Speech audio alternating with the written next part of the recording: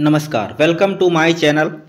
आप सभी का हमारे इस चैनल पर स्वागत है। तो आज हम हिस्ट्री की क्लास के अंतर्गत मुग़ल साम्राज्य को कंप्लीट एक वीडियो में देखेंगे। ये वीडियो आपका 1 घंटे का भी हो सकता है, तो आप धैर्य बनाकर इस क्लास को पूरी देखेंगे। और हम क्लास को ज़्यादा डीप में ही देखेंगे क्योंकि हमें पूरा जीएस का सिलेबस कंप्लीट करना है। तो यहाँ से भी आपको क्वेश्चन देखने को मिल सकते हैं, तो आप इसको एक बार देख जरूर लेंगे। और पीडीएफ के लिए परेशान नहीं होंगे क्योंकि अगर आप क्योंकि किताबों में तो सब कुछ लिखा होता है ना, तो आप इसको सरसरी निगाह से देख लेंगे और 2 से 3 बार देख लेंगे, ऑटोमेटिक याद हो जाएंगे क्योंकि हम कम से कम समय में कंप्लीट कर रहे हैं, ज़्यादा समय नहीं लगा रहे हैं। तो आप इसको देख सकते हैं 2 से 3 बार घुमाकर, तो आपको चीज़ें जल्दी से याद हो जाएंगी। तो चलिए बिना किसी देरी के शुरू कर लेते हैं। तो यदि आप चैनल पर पहली बार आए हैं तो इसको सब्सक्राइब कर लेंगे तथा अपने साथियों के साथ शेयर कर देंगे। अब हम स्टार्ट कर लेते हैं चैप्टर को। तो आप इसको कहानी की तरह बिल्कुल ध्यान से देखते चलेंगे, आपको सारी चीज़ समझ में आ जाएंगी। तो बिल्कुल याद करने की टेंशन छोड़ देनी है, आपको कंसंट्रेशन के साथ देखना है, आपको सारी चीज़ें लर्न हो जाएंगी। तो चलिए बिना देरी से शुरू कर लेते हैं। तो मुग़ल साम्राज्य जो शुरू हुआ था, तो बाबर था। सबसे पहले बाबर भारत पर 1526 ईस्वी में मुग़ल साम्राज्य को स्थापित किया था। तो बाबर जो था, इसने 1526 ईस्वी में जो है पानीपत की जो प्रथम लड़ाई हुई थी,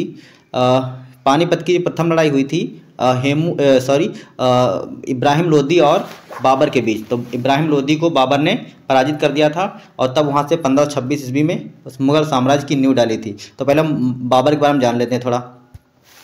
तो बाबर 1526 से 1530 ईस्वी तक ये मुग़ल साम्राज्य का पहला शासक था। तो 1526 से 1530 तक इसने शासन किया, 5 साल तक। तो देख लेते इसके बारे में। जहीरुद्दीन मोहम्मद बाबर का जन्म 14 फरवरी 1483 को फरगना के एक छोटे से राज्य में हुआ था। यहाँ पर सारे फैक्ट जो हैं आपके पेपर में क्वेश्चन पूछे हुए हैं, तो वही सारे लिखे हैं। तो आप इनको ध्यान से देखते चलेंगे, आपको दिमाग में लर्न हो जाएंगी। आपको ये जन्म तिथि याद ना हो तो कोई दिक्कत नहीं, आप याद रखेंगे फरगना के छोटे राज्य में बाबर का जन्म हुआ था। बाबर के पिता का नाम था उमर शेख मिर्जा और माता का क्या नाम था, कुतलुग निगार खानम था। ठीक है। इसी तरह से बाबर 11 वर्ष की आयु में जून 1494 में फरगना की गद्दी पर बैठा। तो 11 वर्ष की आयु में इसने 1494 ईस्वी में फरगना की गद्दी संभाल ली थी। बाबर जो था, जो 1504 ईस्वी में काबुल पर अधिकार कर लिया और 1507 ईस्वी में बादशाह की पदवी धारण की थी। यहाँ पर बादशाह ही बादशाह है, ध्यान देंगे, बादशाह की पदवी धारण की थी। तो 1504 में काबुल पर अधिकार किया था इसने और 1507 में बादशाह की पदवी उपाधि धारण कर ली थी। बाबर ने कुल भारत पर कितनी बार आक्रमण किया है? तो बाबर ने भारत पर कुल 5 बार आक्रमण किया है। कितनी बार आक्रमण किया है? तो 5 बार आक्रमण किया है। बाबर ने 1519 ईस्वी में अपने पहले अभियान में यूसुफ जाई जाति को पराजित कर बाजार और भेरा पर अधिकार करके वापस चला गया था। तो बाबर ने जब पहली बार 1519 ईस्वी में जो यूसुफ जाई जाति को पराजित किया था, तो बाजार और भेरा पर अधिकार करके वापस चला गया था यहाँ से।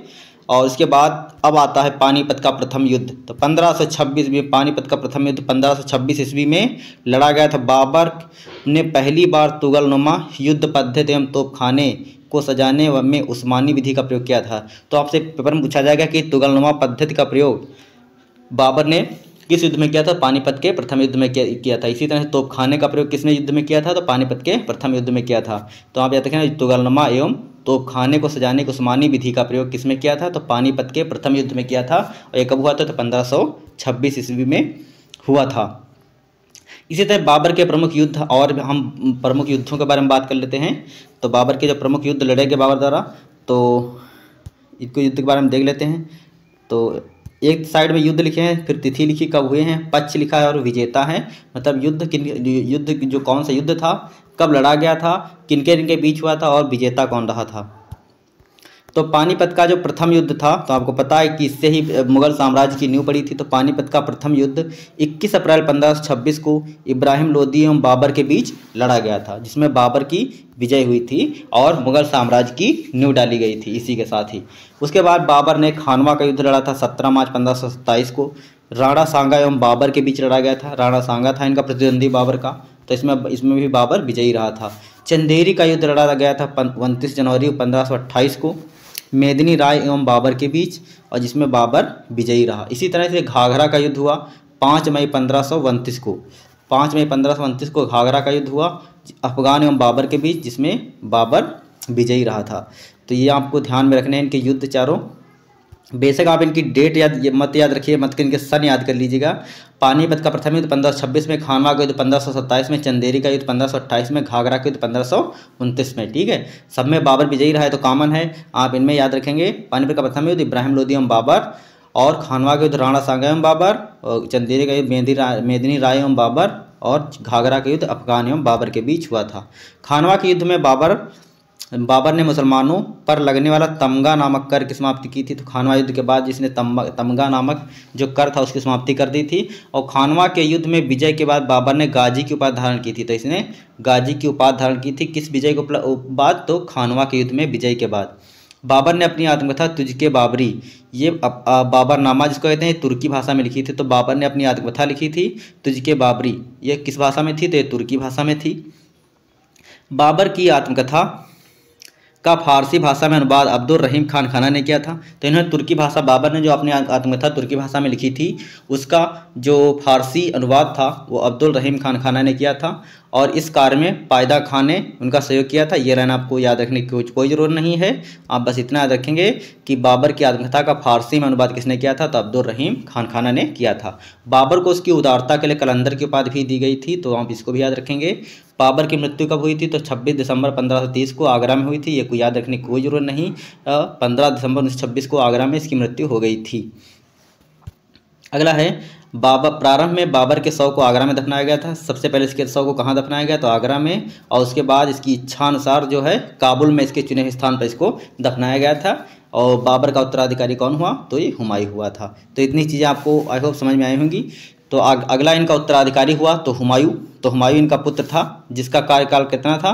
तो 1530 से 1540, ये 2 बार गद्दी पर बैठा। 1530 से 1540 प्रथम बार, उसके बाद शेर खान ने कैसे आक्रमण किया और जिसके बाद इन्हें 40 से लगाकर 55 तक 15 साल निर्वासित जीवन व्यतीत करना पड़ा। उसके बाद 1555 से 1556 तक दोबारा गद्दी पर बैठा। तो देख लेते हैं, बाबर की मृत्यु के पश्चात उसका ज्येष्ठ पुत्र हुमायूं जो था 23 वर्ष की आयु में सिंहासन पर बैठा।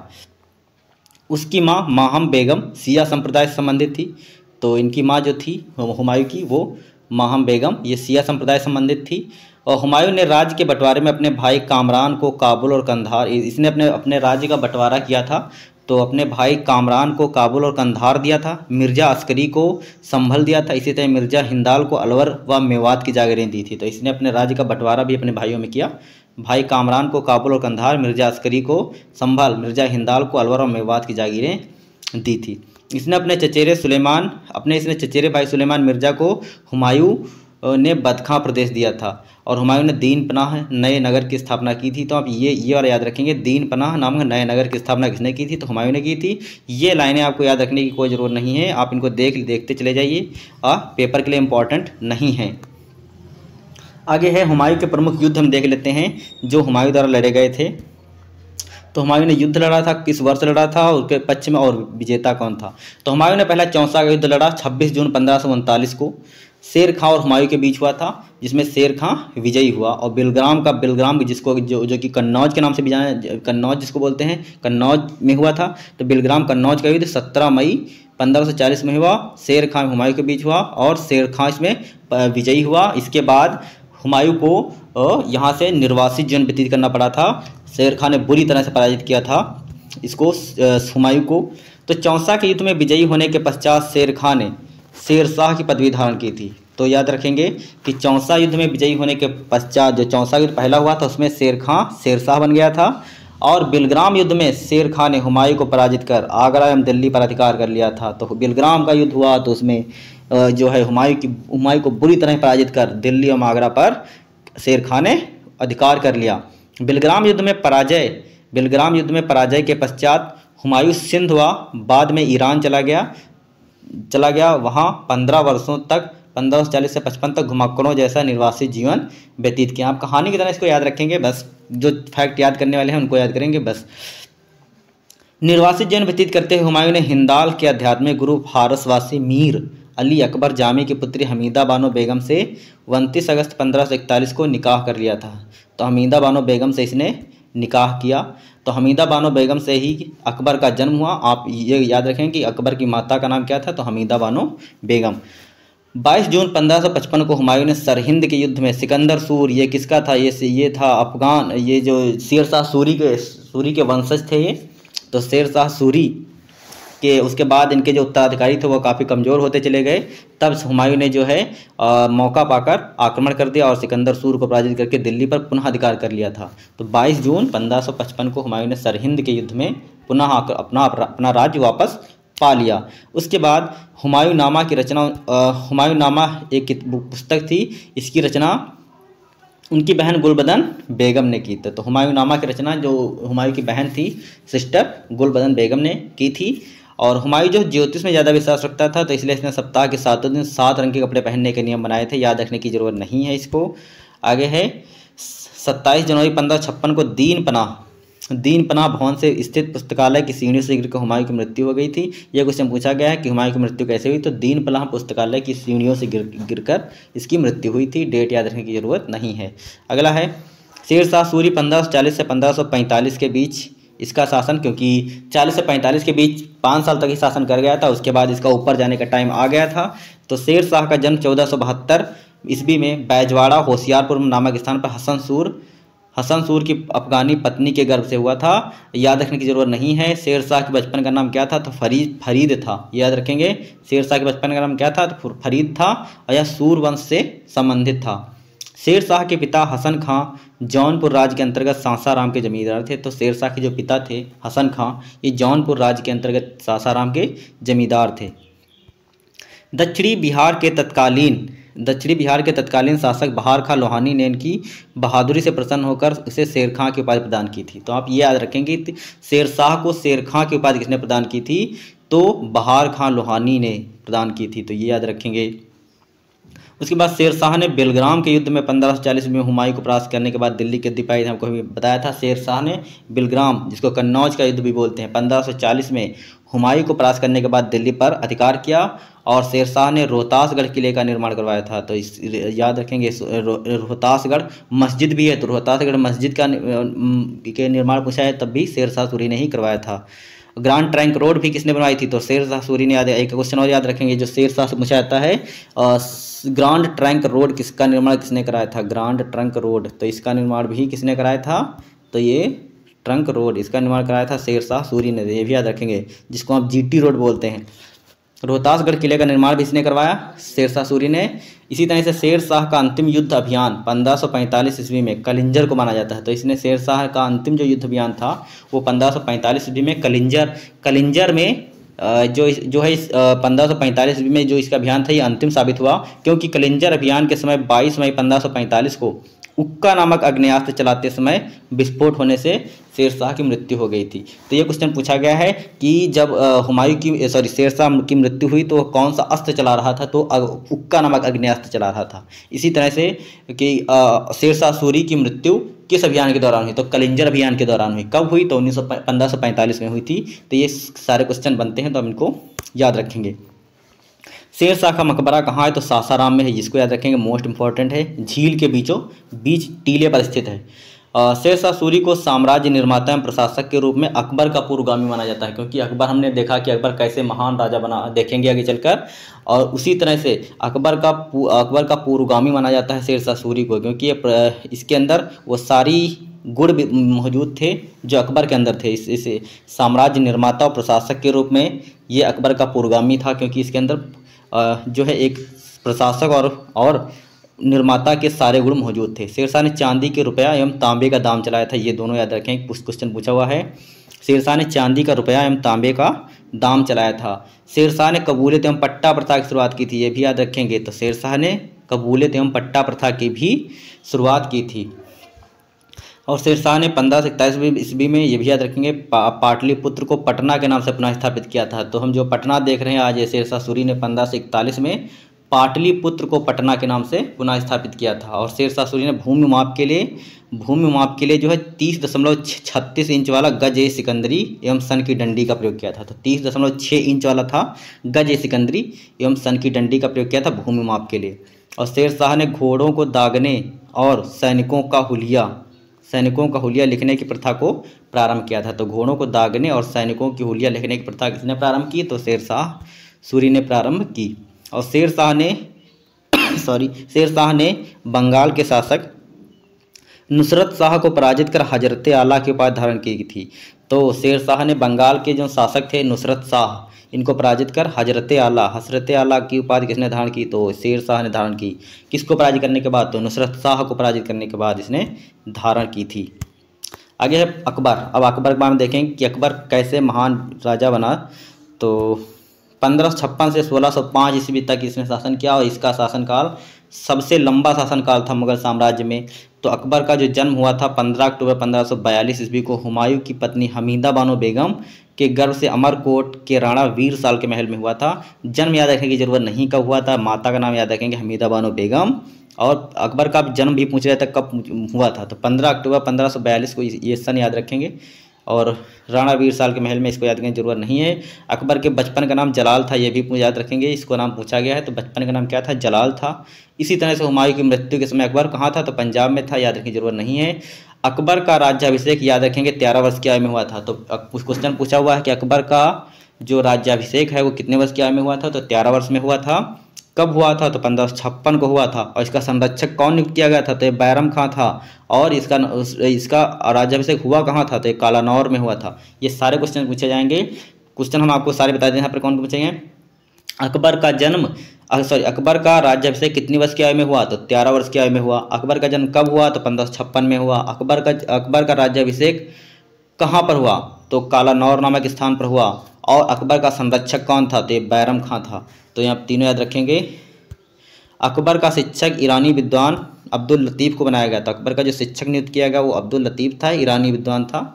तो इसका बैरम खां इसका संरक्षक इसलिए बनाया गया था क्योंकि 13 वर्ष के बच्चे को राज्य के बारे में उतनी जानकारी नहीं होती है, तो इसलिए इसको संरक्षक बनाया गया था। तो 1556 से 1560 तक बैरम खां अकबर का संरक्षक बना रहा। इसके बाद अकबर ने स्वयं कहा था कि अब आप जाइए तीर्थ यात्रा पर और हम आगे का राजपाट अकेले कर सकते हैं।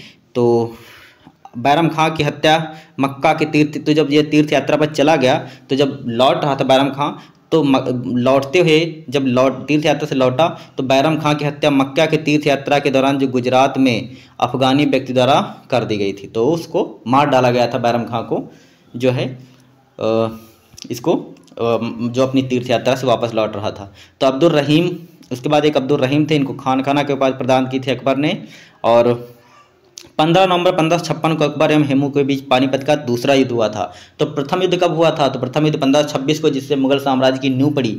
उसके बाद दूसरा युद्ध कब हुआ? तो दूसरा युद्ध हुआ था अकबर हेमू के बीच 15 नवंबर 1556 को। ये हेमू जो था ये बहुत बलशाली था, ये अकबर को हरा सकता था, बट इसकी किस्मत खराब थी कि अकबर का एक तीर उसकी आंख में लग गया था, तो जिससे इसकी आंख से दिखाई नहीं दे रहा था। तब जो है अकबर जीता था, वरना हेमू बहुत ही इस युद्ध में जो लोग मान के चल रहे थे कि हेमू ही विजयी होगा, तो हेमू बहुत ज़्यादा महान था।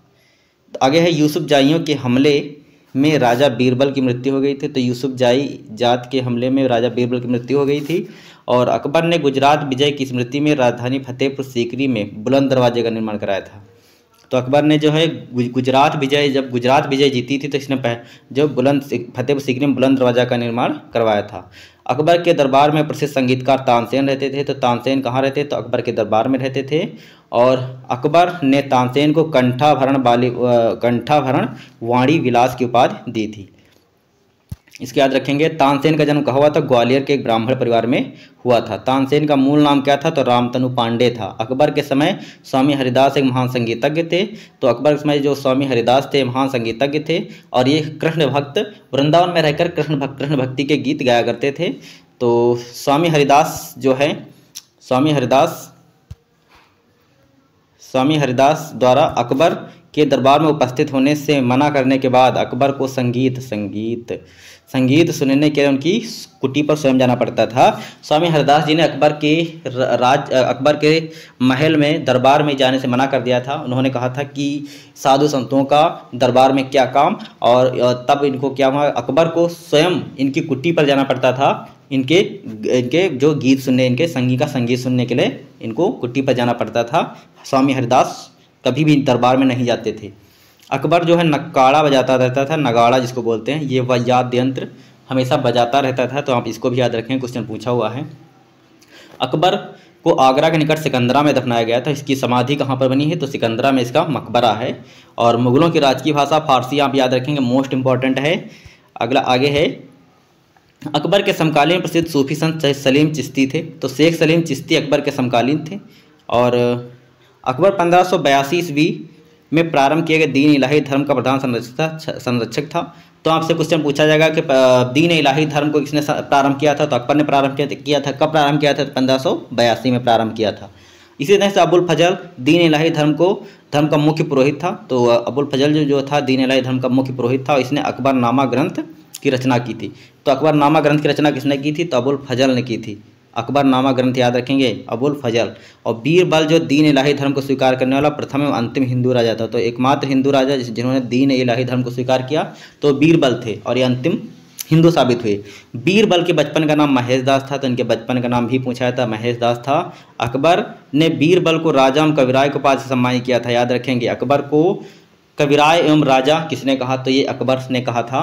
और बीरबल और अकबर के दौरान में 9 रत्न थे। तो 9 रत्न में कौन कौन नाम शामिल थे? 9 रत्न भी याद रखेंगे आप। बीरबल थे, अबुल फजल साहब थे, तानसेन, टोडरमल, फैजी, मान सिंह, अब्दुल रहीम खान खाना, मुल्ला दो प्याजा, अजीउद्दीन। ये सॉरी अकबर के दरबार में 9 रत्न थे। तो अब 9 रत्न याद रखेंगे। 9 नाम ये क्वेश्चन पूछा जाते हैं, तो 9 नाम इनको याद रखेंगे। ये अकबर दरबार के 9 रत्न थे।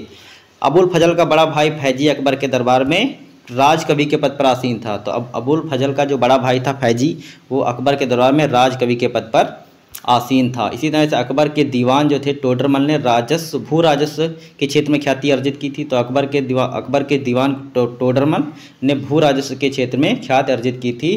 तो आपसे पूछा जाएगा कि अकबर का भू राजस्व मंत्री कौन था? तो वो टोडरमल थे। आप याद रखेंगे क्वेश्चन कैसे बनते हैं। आप इसको क्लास को पूरी देख लेंगे तो आपके क्वेश्चन सारे बन जाएंगे जो हम लेकर आएंगे। इसके बाद टोडरमल ने भू राजस्व के लिए दहसाला व्यवस्था, भू राजस्व लिखा है, भू राजस्व के लिए दहसाला व्यवस्था लागू की थी। तो टोडरमल ने जो है दहसाला व्यवस्था किसने लागू की थी? तो टोडरमल ने लागू की थी। अकबर के दरबार में प्रसिद्ध चित्रकार अब्दुल समद एवं दसवंत एवं बसावन थे। अब्दुल समद, दसवंत एवं बसावन, ये अकबर के दरबार के प्रमुख चित्रकार थे। अब्दुल समद, दसवंत एवं बसावन थे। अकबर की शासन प्रणाली की प्रमुख विशेषता मनसबदारी व्यवस्था थी। तो मनसबदारी व्यवस्था में देखेंगे कि मनसबदारी व्यवस्था किसके शासनकाल की देन है? तो ये अकबर की है। अकबर, मनसबदारी प्रथा किसके शासनकाल में प्रचलित थी? तो अकबर के शासनकाल में प्रचलित थे। आप इसको भी याद रखेंगे आसानी से। अगला है जहांगीर के बारे में आप जान लेते हैं। तो जहांगीर मुगल बादशाह अकबर के पुत्र जहांगीर सलीम का जन्म 30 अगस्त 1569 को फतेहपुर सीकरी में स्थित सलीम चिश्ती की कुटिया आमेर जयपुर में राजा बहरमल की पुत्री मरियम उज्जमानी के गर्भ से हुआ। तो मरियम उज्जमानी के गर्भ से हुआ था। तो इनकी माता का नाम क्या था? मरियम उज्जमानी था। मरियम उज्जमानी का वास्तविक नाम क्या था? तो हरखाबाई था। इसी तरह से अकबर ने सूफी संत सलीम चिश्ती का नाम इस पर इसका नाम सलीम रखा था। तो जो अकबर जो हमें पता कि जहांगीर के बचपन का नाम सलीम था।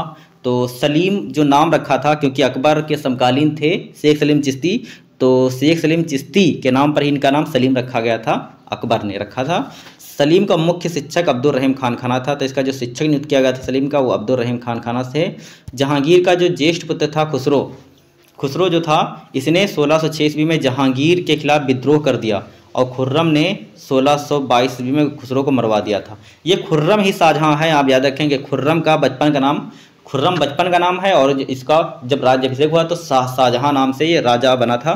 तो खुर्रम शाहजहां का बचपन का नाम है। तो जो है इसका पुत्र खुसरो था जिसने जहांगीर के खिलाफ ही 1606 ईस्वी में विद्रोह कर दिया था। तो खुर्रम ने क्या किया था? 1622 ईस्वी में खुसरो को मरवा दिया था। और खुसरो को सहायता देने के अपराध में सिखों के 5वें गुरु अर्जुन देव को जहांगीर ने मृत्युदंड दिया था। तो खुसरो क्या हुआ था कि खुसरो को अर्जुन देव ने जो है सिखों के 5वें गुरु जो अर्जुन देव थे उन्होंने शरण दी थी खुसरो को। तो शरण देने के कारण 1611 ईस्वी में जो ये खुसरो था, इसको खुसरो जो अर्जुन देव थे, इनको 5वें गुरु अर्जुन देव जो थे, इनको मरवा दिया था जहांगीर ने।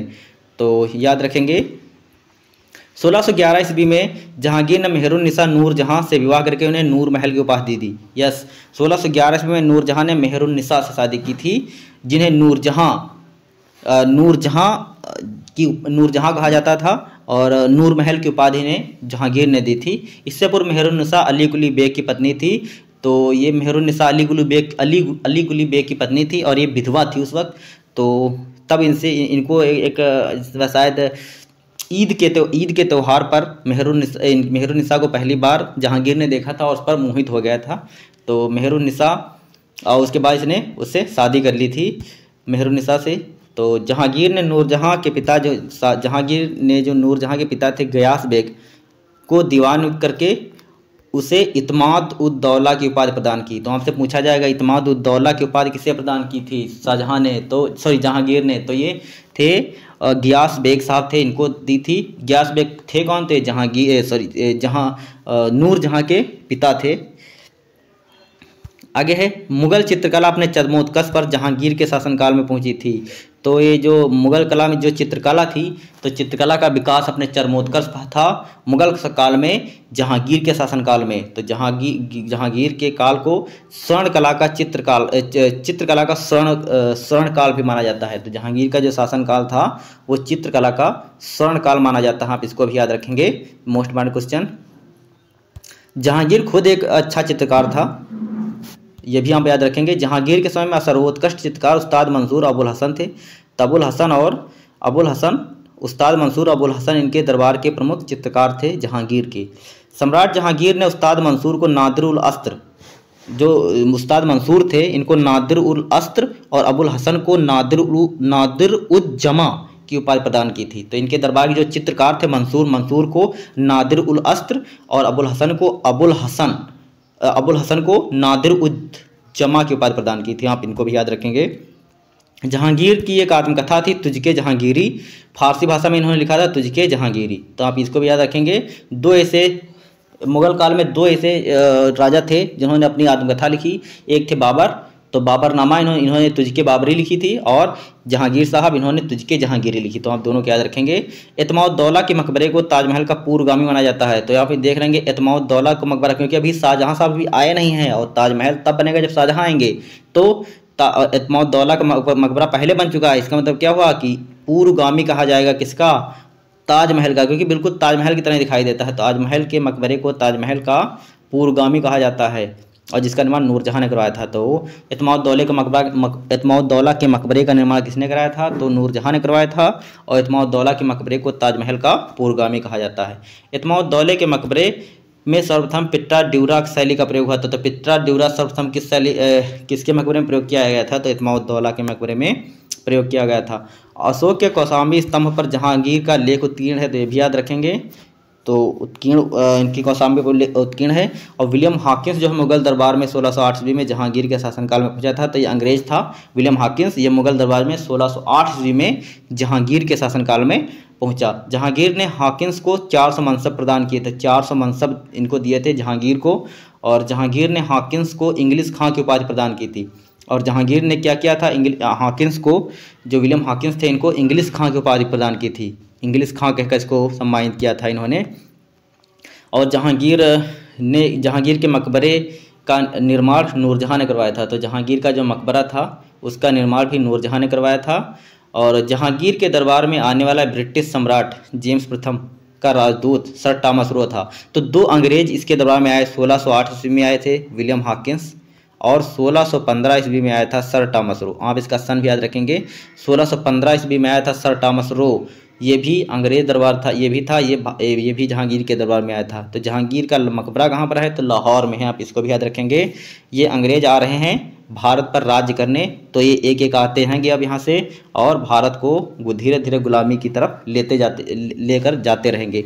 तो ये कारनामा शुरू हुआ था जहांगीर के शासनकाल से, जहाँ से अंग्रेज़ों ने अपनी नींव कसनी शुरू की थी, नींव डालनी शुरू की थी। आगे आज हम देख रहे थे शाहजहां। 1628 से 1658 के बीच इनका कार्यकाल था। आप इनका कार्यकाल भी याद रखेंगे। सबसे पहले हमने देखा था बाबर का पुत्र हुमायूं का पुत्र अकबर का पुत्र जहांगीर, और जहांगीर का पुत्र शाहजहां। तो जहांगीर ये खुर्रम साहब हैं, इन्होंने ही किसको? खुसरो को मरवाया था। तो ये जहांगीर के बचपन का नाम क्या था? खुर्रम था। 1612 ईस्वी में खुर्रम का विवाह आसफ खां की पुत्री अर्जुमंद बानो बेगम से हुआ। तो ये अर्जुमंद बानो बेगम से शाहजहां का विवाह हो गया था 1612 ईस्वी में। खुर्रम जिसको बोलते हैं खुर्रम, और अर्जुमंद बानो बेगम आगे चलकर मुमताज़ महल के नाम से विख्यात हुई। तो मुमताज़ महल इन्हीं को आगे चलकर कहा गया।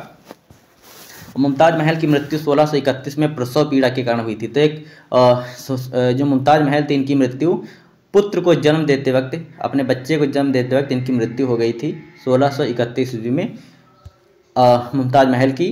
तो इसके बाद क्या हुआ कि मुमताज़ महल की मृत्यु के बाद की स्मृति में शाहजहां ने उसकी कब्र पर ताजमहल का निर्माण कराया था। तो इसकी कब्र पर ही ताजमहल का निर्माण है, ये शाहजहां ने करवाया था। और ताजमहल का निर्माण करने वाला मुख्य स्थापत्य कलाकार जो था वो उस्ताद अहमद लाहौरी था। तो मुख्य स्थापत्य कलाकार कौन था? तो उस्ताद अहमद लाहौरी था। आपसे पूछा जाएगा कि मुख्य वास्तुकार कौन था? तो ये भी उस्ताद अहमद लाहौरी था। याद रखेंगे, शाहजहां के शासनकाल को स्थापत्य कला का स्वर्ण युग कहा जाता है। यस, तो शाहजहां, ये मोस्ट इम्पॉर्टेंट क्वेश्चन हो जाएगा कि स्थापत्य कला का स्वर्ण युग किसे कहा जाता है, किसके काल को कहा जाएगा? तो शाहजहां के। इसी तरह से अगर पूछा जाए चित्रकला का स्वर्ण युग कहाँ पूछा जाए तो ये हो जाएगा शाहजहां के काल को कहा जाता है।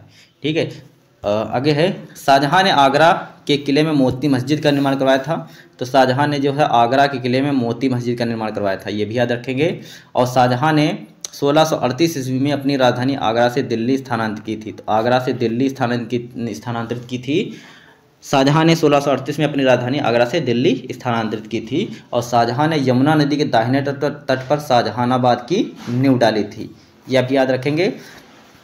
आप इसके बाद हंसी निगाह से देख लेंगे, उसके बाद हम जब क्वेश्चंस करेंगे तो सारे क्वेश्चंस करवा देंगे एक साथ, और कुछ भी नहीं, ज़्यादा इंपॉर्टेंट मुगल साम्राज्य है नहीं, आप इसको छोड़कर भी चल सकते हैं, बट एक बार कर लेते हैं, क्वेश्चंस जाने ना पाए कहीं, तो इसलिए इसको करना भी ज़रूरी है। आगे देख लेते हैं।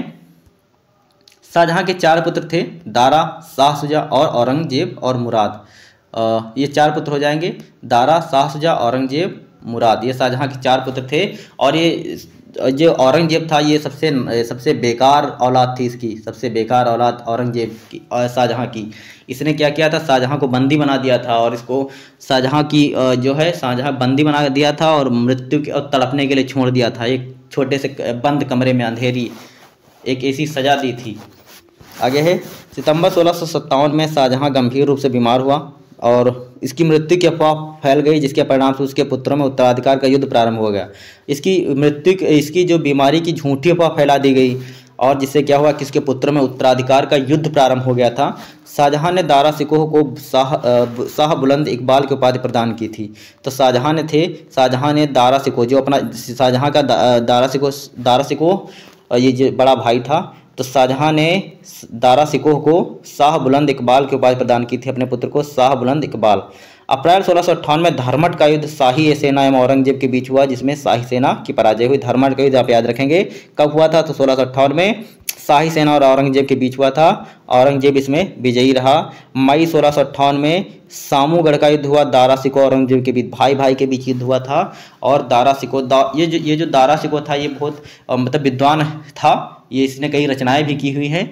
और सबसे योग्य अगर जो और शाहजहां की पूछी जाए कि उत्तराधिकारी कौन था, तो ये दारा शिकोह ही था। बट औरंगजेब ने इसको छलपूर्वक इसकी मृत्यु इसको मरवा दिया था। तो 1658 में सामूगढ़ का युद्ध दारा शिकोह और औरंगजेब के मध्य हुआ, जिसमें दारा शिकोह की क्या होगी, पराजय हुई। और उसके बाद 1659 में देवराय की घाटी में दारा शिकोह और औरंगजेब के मध्य उत्तराधिकार का अंतिम युद्ध हुआ, और औरंगजेब ने दारा शिकोह को बुरी तरह से अपमानित करवाने के बाद उसकी हत्या कर दी थी। क्या हुआ था, यहाँ से जो देवराय घाटी का युद्ध हुआ था, ये एक मालिक जानी साहब थे, उनके यहाँ पहुँच गया, तो उन्होंने इसको दारा शिकोह को धोखे से बंदी बना लिया था, और बंदी बनवाकर इसे औरंगजेब को सौंप दिया था। तो औरंगजेब ने क्या किया, ऐसा बुरी तरह से अपमानित किया और उसकी हत्या करवा दी थी। जबकि ये योग्य जो शाहजहां की जो योग्य संतान थी वो दारा शिकोह था, और औरंगजेब सबसे बेकार औलाद थी उसकी। शाहजहां की मृत्यु 1666 में हो गया, अंततः तड़पते तड़पते, क्योंकि सबसे बेकार औलाद ने इनको इतना तड़पाया कि इनकी 1666 में इनकी मृत्यु हो गई थी। तब देख लेते हैं सबसे बेकार औलाद जो थी, सबसे बेकार औरंगजेब। तो औरंगजेब 1658 ईस्वी में 1707 ईस्वी में औरंगजेब 1658 से 1707 ईस्वी के बीच इनका कार्यकाल रहा। औरंगजेब को जिंदा पीर कहा जाता था, तो जिंदा पीर बोलते थे औरंगजेब को। औरंगजेब ने 31 जुलाई 1658 को अपना राज्याभिषेक कराया और दूसरा राज्याभिषेक 15 जून 1659 ईस्वी को दिल्ली में ही कराया। तो 2 बार राज्याभिषेक कराने वाला राजा ये था। जय सिंह और शिवाजी के मध्य 11 जून 1665 को पुरंदर की संधि। तो याद रखेंगे पुरंदर की संधि कब हुई थी, तो 1665 में हुई थी। इसको आप याद रखेंगे, इंपॉर्टेंट क्वेश्चन। औरंगजेब ने देखे, सबसे पहले जहांगीर ने सिखों के 5वें गुरु थे अर्जुन देव, उनको फांसी पर लटकाया था जहांगीर ने।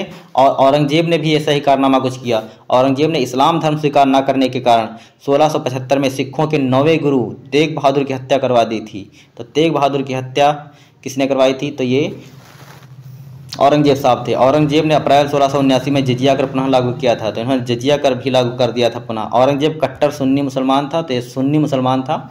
और आजम शाह जो औरंगजेब का पुत्र था, इसने 1651 से 61 के बीच औरंगाबाद महाराष्ट्र में बीबी का मकबरा निर्माण करवाया था। तो इस औरंगजेब की भी पत्नी थी, इनकी मृत्यु हो गई थी, तो उनकी स्मृति में जो बीबी का मकबरा बनवाया गया था, कहाँ बनवाया गया था, तो औरंगाबाद महाराष्ट्र में बनवाया गया था। और इसी को बोलते हैं ताजमहल की फूहड़ नकल बोलते हैं। तो इस बीबी के मकबरे को ही क्या बोलते हैं, ताजमहल की फूहड़ नकल भी कहा जाता है। इसको याद रखेंगे, इंपॉर्टेंट क्वेश्चन है कि बीबी के मकबरे को फूहड़ नकल, ताजमहल की फूहड़ नकल कहा जाता है। औरंगजेब के शासनकाल में मुगल सेना में सर्वाधिक हिंदू सेनापति थे, तो हिंदू सेनापति भी इसकी सेना में सबसे ज़्यादा थे। और औरंगजेब ने वीणा नामक वाद्य यंत्र बजाने में सक्षम था। तो औरंगजेब जो है वीणा नामक वाद्य यंत्र बजाता रहता था।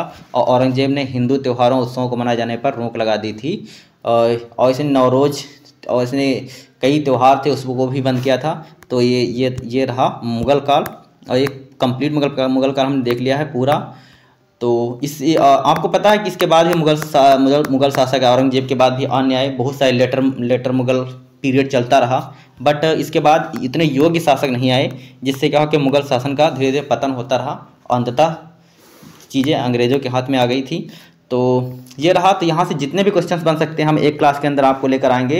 आप इसको एक सरसरी निगाह में देख लेंगे, तो इससे क्या होगा कि ये पता हो जाएगा कि कब किस शासक के बाद कौन सा शासक आया और उसने जो प्रमुख कार्य किए होंगे वो कौन कौन से किए, इनको हम देख लेंगे तो क्वेश्चंस आसानी से आपके हो जाएंगे। तो एक बार चीज़ कुछ भी ना छूटे इसलिए करना जरूरी था। तो इसको आप अच्छे से देख लेंगे। तो यदि आप चैनल पर पहली बार आएँ तो चैनल को सब्सक्राइब कर लेंगे तथा अपने साथियों के साथ शेयर कर देंगे। और किसी प्रकार का डाउट हो तो हमें कमेंट बॉक्स में कमेंट कीजिएगा, पर ज़्यादा से ज़्यादा हमें सपोर्ट करें ताकि हमारा चैनल थोड़ा ऊपर जाए और हम आपके लिए अच्छा सा काम कर पाएँ। तो आज के लिए इतना ही, धन्यवाद।